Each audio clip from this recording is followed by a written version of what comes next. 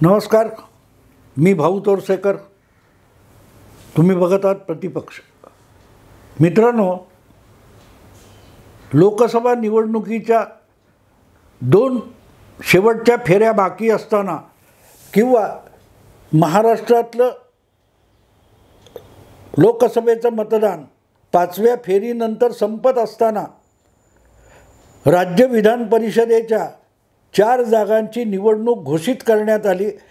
त्याच्या आधी ती घोषित झाली होती, पण लोकसभा महाराष्ट्रात चालू असल्यामुळे त्याचं वेळापत्रक थोडं पुढे ढकलण्यात आलं आणि 5वी फेरी पूर्ण झाल्यानंतर त्या तारखा समोर करण्यात आल्या.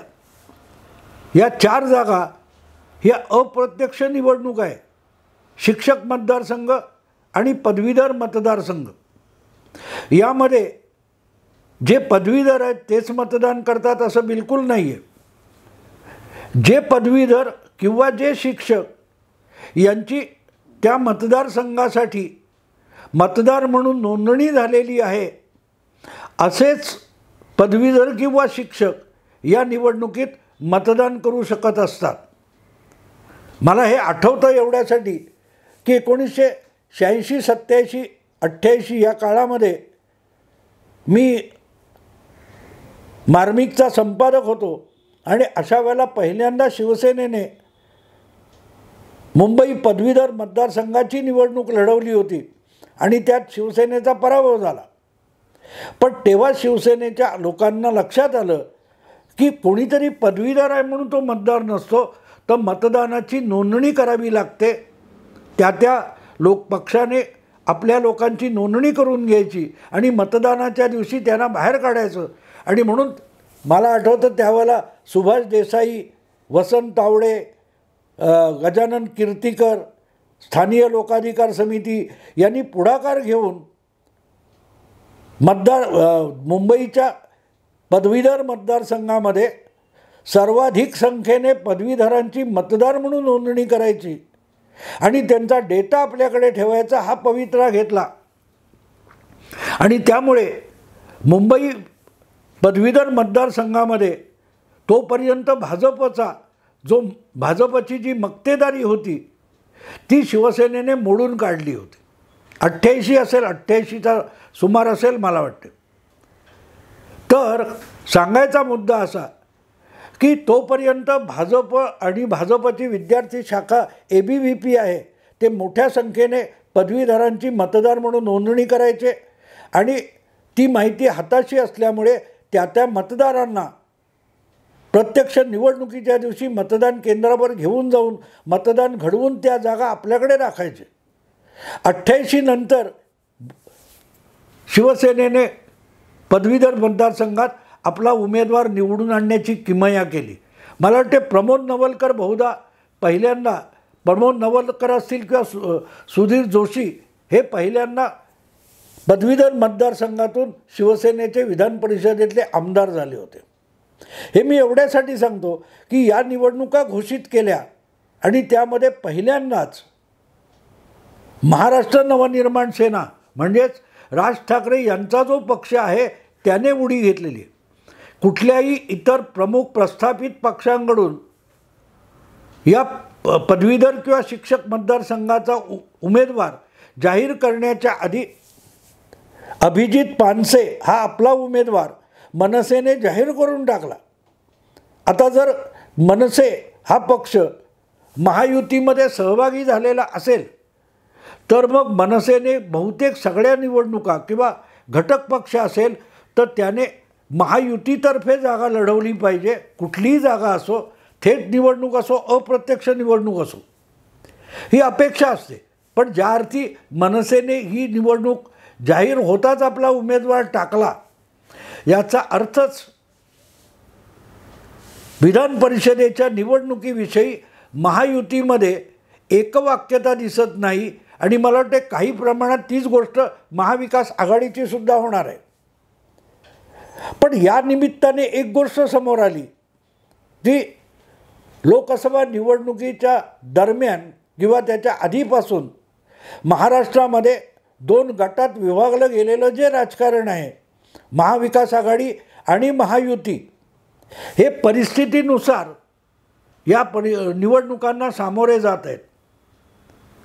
आणि म्हणून मग असा प्रश्न पडतो की लोकसभा निवडणुकीमध्ये भाजपला पाठिंबा देण्याचं औदार्य राज ठाकरे आणि महाराष्ट्र नवनिर्माण सेनेने दाखवलं, तरीही त्यांच्या वाट्याला एकही जागा आली नाही. आणि त्याचं कारण असं सांगितलं जातं की दक्षिण मुंबईची एक जागा मनसेला महायुतीतर्फे देऊ करण्यात आली होती, पण मनसेचा उमेदवार आणि शक्यतो बाळा नांदगावकर यांनी शिंदे यांच्या शिवसेनेतर्फे म्हणजे धनुष्यबाण निवडणूक चिन्ह घेऊन ती निवडणूक लढवावी.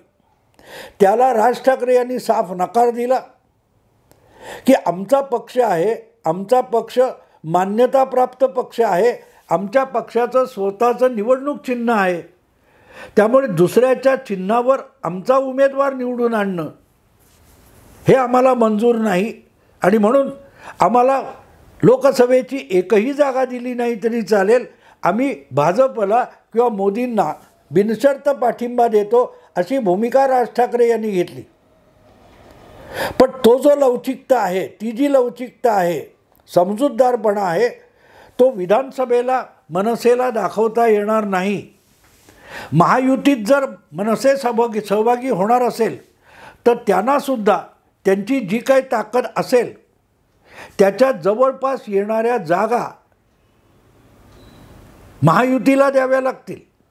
मला आठवतं 2019च्या लोकसभा निवडणुकीच्या वेळेला राज ठाकरे हे शरद पवारांच्या किंवा आघाडीच्या जवळ गेलेले होते.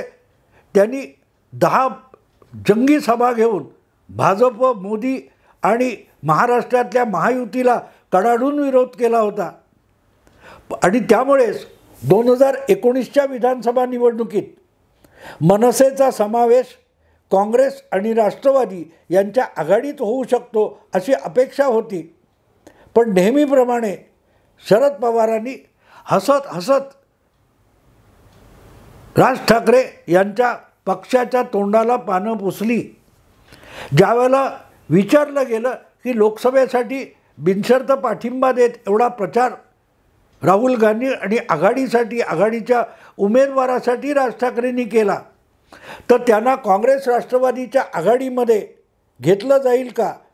तेव्हा शरद पवार म्हणाले त्यांची भूमिका वेगळी आहे. जोपर्यंत EVM बंद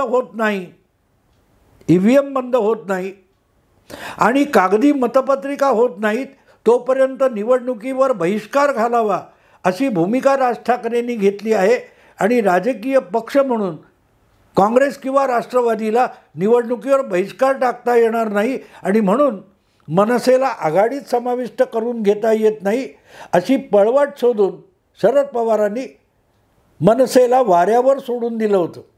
अखेरीस मला आठवतं की जसजसे उमेदवारी अर्ज भरायची वेळ जवळ येत गेली तेव्हा मनसेतल्या कार्यकर्त्यामध्ये कमालीची चलबिचल निर्माण झाली आणि त्याला आवरणं शक्य नव्हतं. म्हणून राज ठाकरे यांनी मोजक्या काही 50-40 त्यांचे इच्छुक होते त्यांना उभे केले. तेव्हा मात्र कोथरूडला भाजपच्या मेघा कुलकर्णी यांच्या जागी चंद्रकांत दादांना भाजपने तिकीट दिल्यावर जे वादळ उभं राहिलं होतं त्याचा फायदा उठवण्यासाठी काँग्रेस आणि राष्ट्रवादीने ती जागा लढवली नाही. तिथे मनसेचा उमेदवार उभा राहिला होता, त्याला काँग्रेस राष्ट्रवादीने पाठिंबा दिला, पण मनसेला आघाडीमध्ये समाविष्ट करून घेतलं नव्हतं. थोडक्यात कागदी मतपत्रिका नसतील तर निवडणुकीवर बहिष्कार अशी मनसेची कुठलीही भूमिका नव्हती. शरद पवारांनी ती उडवलेली वावडी होती. मनसेच्या तोंडाला पानं पुसण्याचा केलेला प्रयास होता. नेमकी काहीशी तशीच परिस्थिती 5 वर्षानंतर उद्भवलेली आहे. आता बिनशर्त पाठिंबा राज ठाकरे यांनी लोकसभेसाठी मोदींना आणि भाजपला महायुतीला दिला. महायुतीच्या उमेदवारांना मनसेच्या कार्यकर्त्यांनी मदत करावी असे आदेश देखील जारी केले. पण हे औदार्य विधानसभेला दाखवता येणार नाही आणि तसं दाखवायला गेलं तर मनसे या पक्षाला अर्थ उरणार नाही.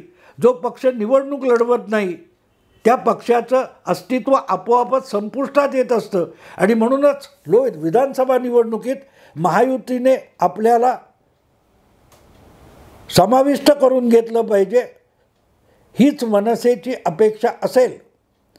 पण मनसेला समाविष्ट करून घ्यायचं तर कितीही कमी केल्या तरी 30-40 जागा तरी 288 पैकी मनसेला द्याव्या लागतील.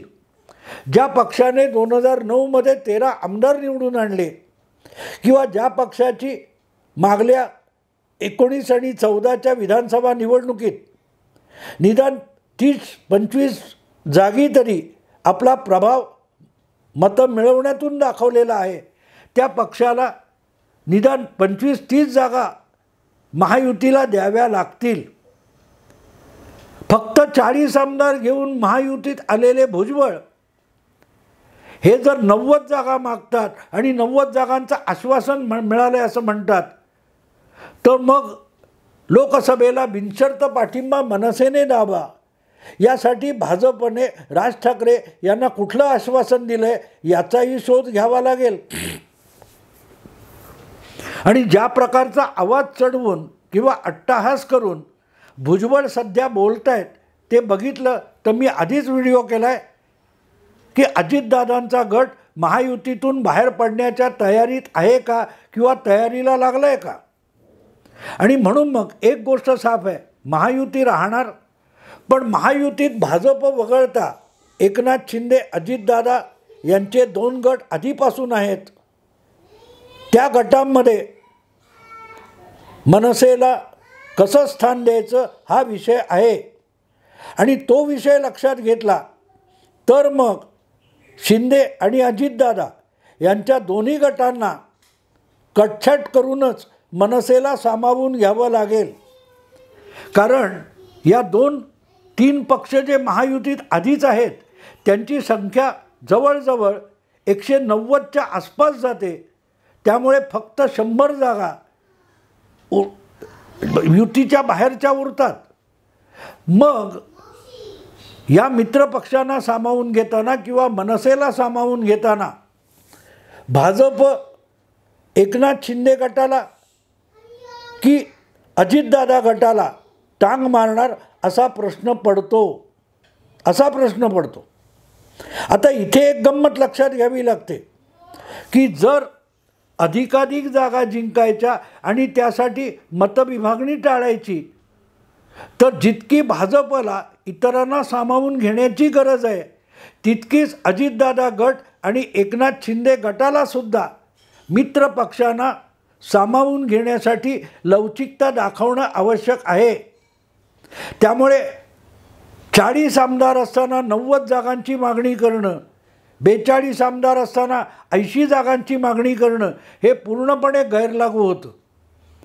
जसं वंचित बहुजन आघाडीच्या बाबतीत झालं की आजपर्यंत ज्या काही निवडणुका झाल्या आहेत गेल्या 2014 पासून 14-19 लोकसभा विधानसभा यामध्ये वंचित बहुजन आघाडी ही कोणाला आपल्या बळावर निवडून आणू शकली नाही. काही लोकांना पाडू शकली असेल पण आपल्या कमी जागा घेऊन अधिक जागा निवडून आणणं याला लवचिकता म्हणतात. ती लवचिकता प्रकाश आंबेडकर आणि वंचित बहुजन आघाडी दाखवू शकली नाही. म्हणूनच काँग्रेस किंवा राष्ट्रवादी यांच्याबरोबर वंचित बहुजन आघाडीला जाता आलं नाही.